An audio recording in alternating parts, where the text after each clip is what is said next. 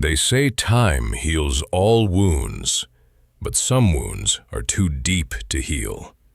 They just rot, turning into a poison that fuels a single burning desire: revenge. The grand ballroom of the Pierre Hotel was dripping with crystals and white roses. It was the wedding of the decade.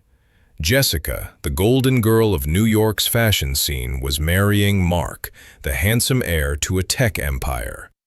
But as the guests sipped their champagne, they didn't notice the woman standing in the shadows of the balcony. She wore a red dress that looked like spilled blood against the white decor. She wasn't there to celebrate. She was there to burn it all down. To understand the fire, you have to understand the spark. 10 years ago, this wasn't a ballroom. It was a high school cafeteria, and the woman in the red dress wasn't Isabella Stone, the billionaire investor. She was just Bella. Big Bella. Piggy Bella. She was 50 pounds heavier, with glasses that slid down her nose and acne that she tried desperately to hide behind her hair. She was invisible to everyone, except when they wanted a punching bag. And the ringleader of her torment was Jessica. Beautiful, cruel, heartless Jessica. The memory is as sharp as a knife. It was senior prom. Bella hadn't planned to go. She knew she didn't belong. But Mark, the boy with the kind eyes, had asked her. He said he was tired of the shallow girls. He said Bella was real. For the first time in her life, Bella felt seen. She spent her savings on a dress. She did her hair. She allowed herself to hope. But it was all a lie, a cruel, elaborate trap designed by Jessica, with Mark as the bait. As Bella walked onto the stage to accept a fake award Mark had led her to, the lights turned blindingly bright. Then came the sound, the mechanical whir of a bucket tipping over. It wasn't blood like in the movies. It was worse. It was kitchen slop, grease, leftover food, and mud rained down on her new dress. The music stopped, and then the laughter started. It started with Jessica pointing a manicured finger, and soon the whole gym was shaking with it. But the worst part wasn't the laughter. It was Mark. He wasn't helping her. He was standing next to Jessica, his arm around her waist, laughing the hardest of them all. Bella didn't run. She stood there, dripping with filth, and looked Mark in the eye. Something inside her broke that night. The innocent girl died on that stage. She walked out of the gym, out of the school, and out of their lives. She disappeared. Rumors said she moved away. Some said she ended it all. They forgot her within a week. But she never forgot them. Not for a single second. 10 years is a long time, long enough to change a face, long enough to build an empire. Bella moved to Europe. She underwent painful surgeries, not out of vanity, but to erase the victim from the mirror. She worked 20 hours a day. She learned the stock market. She learned real estate. She learned how to destroy competitors without leaving a fingerprint. She became Isabella Stone, a ghost with a bank account that could buy small countries. And when she heard Jessica's fashion company was on the brink of bankruptcy, she knew it was time to come home. The meeting was held in a glass-walled boardroom in Manhattan. Jessica sat at the head of the table, looking tired. Her beauty was fading under the stress of debt. She needed a savior. She needed the mysterious investor from London, Ms. Stone. When the doors opened and Isabella walked in, the room went silent. She was stunning, sharp, elegant, terrifying. Jessica didn't recognize the girl she had destroyed. She only saw a checkbook. "Ms. Stone," Jessica said, her voice trembling with false confidence. "Thank you for meeting us." Isabella didn't smile. She sat down, placing a single folder on the table. "I'm not here to talk, Jessica. I'm here to buy. I will acquire your debt, your brand, and your assets. But I have conditions." Jessica was desperate. "Anything," she said. Isabella leaned forward. "I want full control.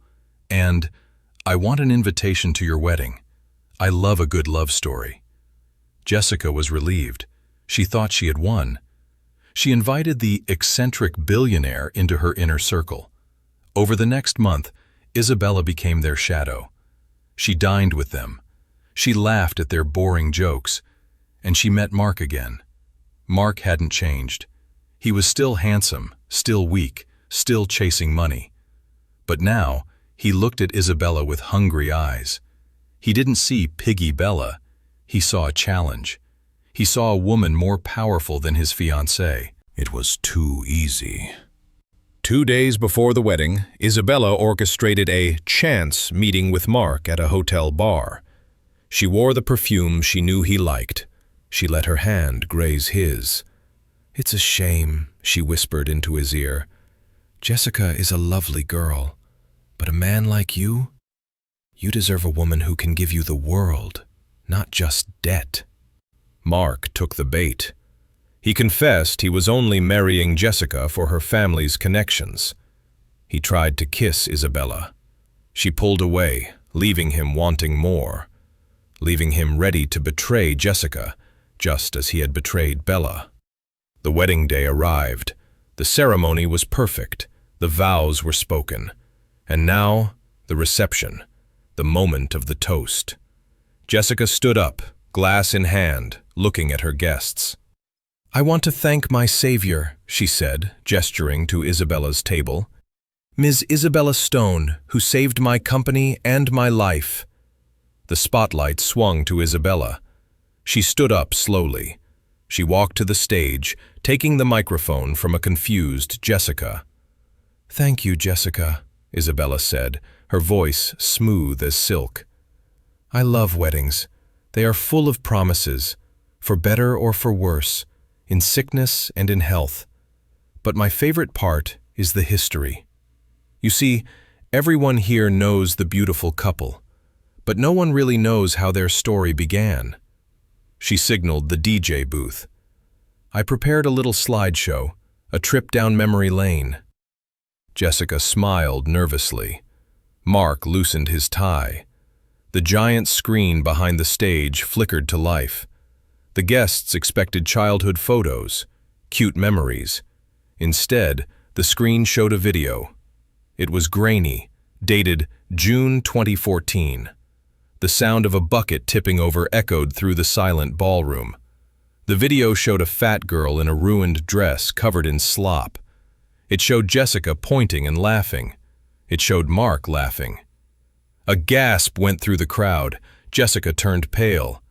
"Turn it off!" she screamed. "What is this?" But the video changed. It was a recording from 2 nights ago. Mark's voice filled the room, crystal clear.